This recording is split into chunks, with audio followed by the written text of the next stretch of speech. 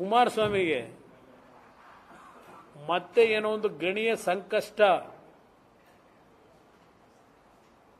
ಇವತ್ತು ಅವರ ಪಾಲಿಗೆ ಪ್ರಾರಂಭ ಆಗಿದೆ ಅಂತಕ್ಕಂಥ ಒಂದು ವರದಿಗಳು ಸುದೀರ್ಘವಾಗಿ ಎಲ್ಲ ಮಾಧ್ಯಮಗಳಲ್ಲೂ ಬಹಳ ದೊಡ್ಡ ಮಟ್ಟದ ಪ್ರಚಾರವೂ ದೊರಕಿದೆ.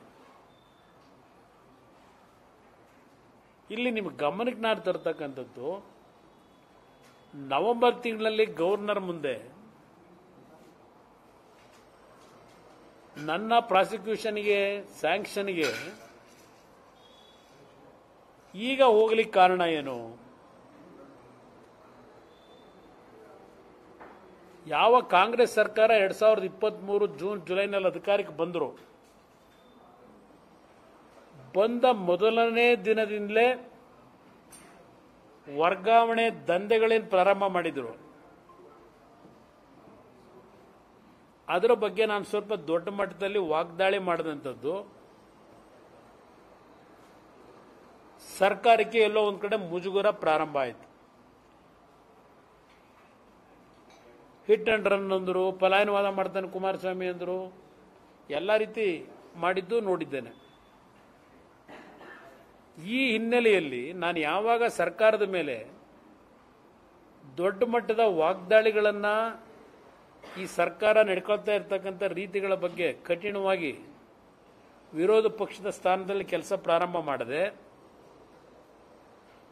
ಆ ಹಿನ್ನೆಲೆಯಲ್ಲಿ ನವೆಂಬರ್ ತಿಂಗಳಲ್ಲಿ ಪಾಪ ಕಳಿಸಿದ್ದಾರೆ ಗವರ್ನರ್ಗೆ ಒಂದು ಸ್ಯಾಂಕ್ಷನ್ಗೆ ಪರ್ಮಿಷನ್ ಕೊಡಿ ಅಂತ. ನಾನು ಮೊನ್ನೆ 3 ದಿವಸಗಳ ಹಿಂದೆನೂ ಸಹ ನಿಮಗೆ ಹೇಳಿದ್ದೇನೆ, ಇದು ಯಾವ ರೀತಿ ಪ್ರಾರಂಭ ಆಯಿತು ಕರ್ನಾಟಕ ರಾಜ್ಯದಲ್ಲಿ.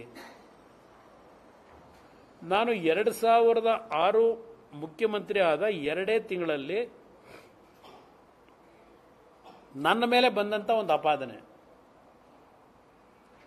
ಗಣಿ ಮಾಲೀಕರಿಂದ ಸುಮಾರು 150 ಕೋಟಿ ಹಣವನ್ನು ಸಂಗ್ರಹ ಮಾಡಿದ್ದೇನೆ, ಗಣಿ ಇಲಾಖೆಯಲ್ಲಿ ದೊಡ್ಡ ಮಟ್ಟದ ಅಕ್ರಮ ನಡೀತಾ ಇದೆ ಅಂತ ಹೇಳಿ ನನಗೆ ಬೆಂಬಲ ಕೊಟ್ಟಂತ ಮತ್ತೊಂದು ಪಕ್ಷದ ಒಬ್ಬ ಶಾಸಕರು ಆಪಾದನೆ ಮಾಡಿದಂಥದ್ದು, ಆರೋಪ ಮಾಡಿದ್ರು. ಅಲ್ಲಿಂದ ಪ್ರಾರಂಭ ಆಯ್ತಿದ್ದು. ವಿರೋಧ ಪಕ್ಷವಾಗಿದ್ದ ಕಾಂಗ್ರೆಸ್ಸು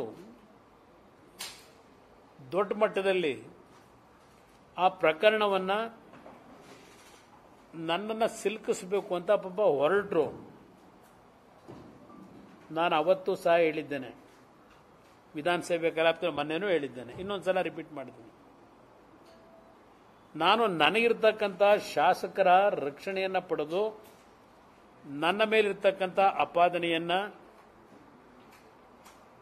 ನಾನು ಶಾಸಕರ ಸಂಖ್ಯೆಯಿಂದ ರಕ್ಷಣೆ ಪಡೆಯಲ್ಲ, ಏಕಾಂಗಿಯಾಗಿ ನಾನು ಹೋರಾಟ ನಡೆಸಲಿಕ್ಕೆ ತಯಾರಾಗಿದ್ದೇನೆ, ಚರ್ಚೆ ಮಾಡಿ ವಿಧಾನಸಭೆಯಲ್ಲಿ ಅಂತ ಹೇಳಿದೆ. ಚರ್ಚೆನೂ ನಡೀತು, ಅದೊಂದು ದೊಡ್ಡ ಇತಿಹಾಸ ಇದೆ ಆಗೇನೇನಾಯ್ತು ಅಂತ ಹೇಳಿ.